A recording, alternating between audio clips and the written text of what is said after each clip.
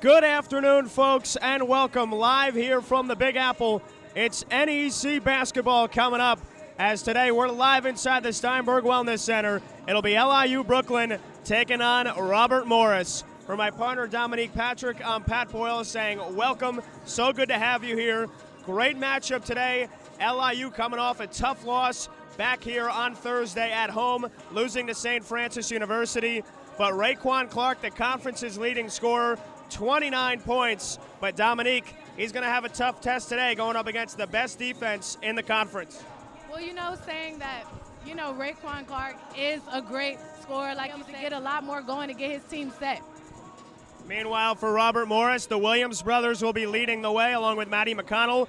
But the other night, coming off the bench, Malik Petaway with a monster game, stuffed the stat sheet, was in double figures, and helped keep St. Francis Brooklyn under 50 points. This should be a real good matchup tonight. Raekwon Clark and Malik Petaway going at it down low. Petaway is a big, solid body. He's able to contain Clark, so we're looking forward to that matchup here tonight. Well, overall, Dominique, you got two really good teams going at it. LIU, the defending conference champions, against upstart Robert Morris, who's red hot coming into today. They've won 4 in a row, undefeated start in conference play. For LIU, what do they need to do tonight to get the win? Taking it back to what I said before, is a lot. Meanwhile, for Robert Morris, you mentioned that slow tempo, that great defense. Williams brothers, they're going to try to get their part going early on. But if LIU can get hot from outside, Robert Morris could be in for a long day. How do the Colonials combat LIU's hot three-point shooting? Well, that's all coming up next here on NEC Front Row. It'll be LIU Brooklyn and Robert Morris going at it here in New York City. So LIU with an 18-17 lead. We touched upon it briefly, how both of these teams are coming into this weekend. But to go a little bit into detail now, we mentioned Robert Morris, 52-49 win on Thursday at the Pope in Brooklyn Heights. But they shot just 23% in the first half. It was such a slow start for them. McConnell triple team, Penn rejects it. But a strong second half. Robert Morris outscored St. Francis 34-24 in the second half. They shot 40%. They did struggle throughout, especially from deep, just 2 of 14. But they held the Terriers to just 39% from the field. And all in all, Robert Morris found another way to win a game early on. And how about that? Sean Augusto sending it up. E-roll, Penn throwing it down. And Augusto is turning on the Jets right now, not even letting them set up in their defense to be able to take that charge and find his open teammate under the goal. LIU didn't get the switch there. Air ball, Augusto flying in for the rebound. And now Raul Frias from the corner, no good. Flowers, though, cleans it up. Even though LIU is pushing the ball, pushing the tempo, they've been looking a lot more composed. Like I mentioned before, the turnovers and Raekwon Clark just telling himself that he has to slow down, finding his teammates. And even though Frias didn't hit that shot, Flowers has to clean up under the rim. So trust your teammates, and they're able to get it done for you. LIU doing a lot of switching here on defense, and Penn going to get slapped on the wrist for that one. But LIU also got off to a very slow start, as we mentioned on Thursday. They trailed by as many as 17 with less than 2 minutes left to go in the first half against St. Francis. They stormed all the way back to get within 5. Had a couple of really good looks late, but couldn't hit an open 3. LIU only hit 5 of them for the game, and they only shot 36% from the field in the first half. Silly foul there against Flowers. That, I believe, is going to be 3 free throws coming up now for Josh Williams. Josh Williams hit a little James Harden there, faking like he was going to shoot and be able to get that contact, but it was a silly foul for Flowers. He has to stay on the floor. His length is disruptive enough. Both coaches mentioned getting off to a great start was going to be imperative for both of these teams, and so far, they're playing some really good offensive basketball. But Williams, we mentioned, the leading scorer on this team, 14.5 points per game here in just his first season for the Colonials.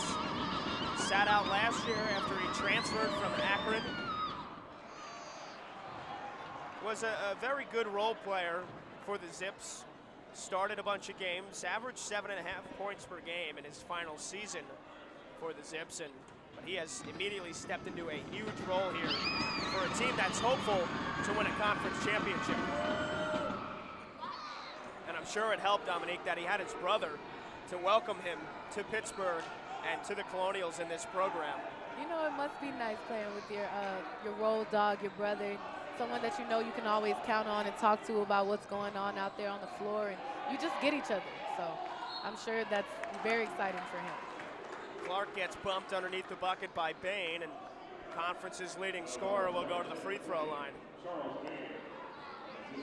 Raekwon was honored before the game on Thursday night for his 1,000th point. Did that on the road before the turn of the calendar. But he continues to quickly ascend up the career scoring ranks now into the top 30 for LIU.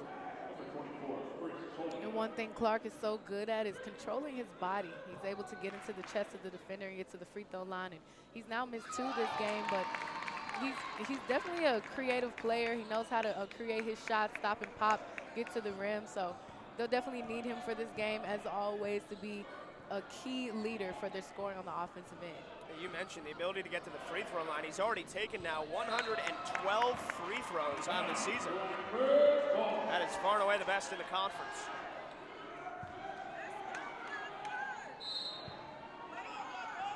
But Dominique, something I wanted to touch on before, it hasn't changed much in the last 4 or 5 minutes, but points off turnovers.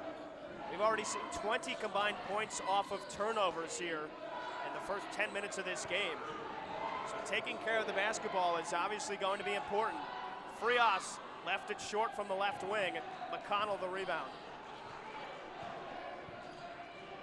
Taking care of the basketball is definitely going to be important. It's always important, really, especially when you have 2 go-at-it defensive teams. Always pesky, getting their hands in there just like in that possession right there. So you just have to know that this possession counts and make the best shot possible. And I don't think that was it right there. Now Flowers with another block on the reverse layup. That's his second already. Augusto trying to shake Williams for 3. He got it.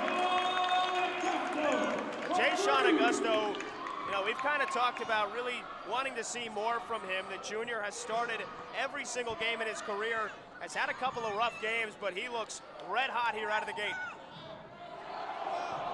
And you see at times that individual brilliance, breakdown in defense. Williams couldn't make him pay. And that time, Jonas Mendy gets fouled on the way up. And the 6'8", 240-pound junior from France will go to the free throw line.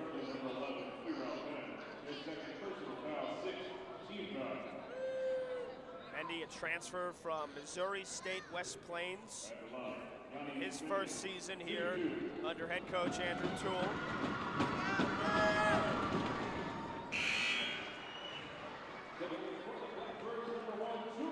Mendy had 13 points and 9 rebounds in the win against St. Francis Brooklyn on Thursday. Really one of his best games of the season. It tied a career high for him. And he gets both.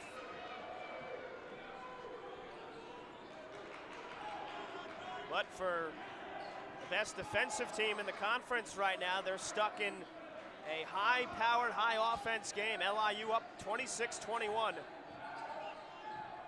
Bats try to weave through traffic and thread the needle, but there was a jersey in red that took it away, but Robert Morris gives it right back. That time it was Dante Treacy, the 6-foot freshman from Orlando, Florida, who commits the turnover. I think Treacy had the right idea right there. He was open down low, had him pinned, but just a little bit of rushing on his pass in. And I know he's pushing on the fast break, but just got to make a better pass and able to get him on the block. Already 15 combined turnovers from these 2 programs. 2 teams that take care of the basketball fairly well. They only average 15 each. Frias pulls it again. That time long, and a box out foul, and almost a scary moment there as Erol Penn got sent flying to the floor as Chris Coleman just backed up into him. That's going to go against Coleman. And that'll bring us to our third media timeout here in the opening half. These two trading punches, LIU, the defending conference champions, up by 5 here on NEC Front Row.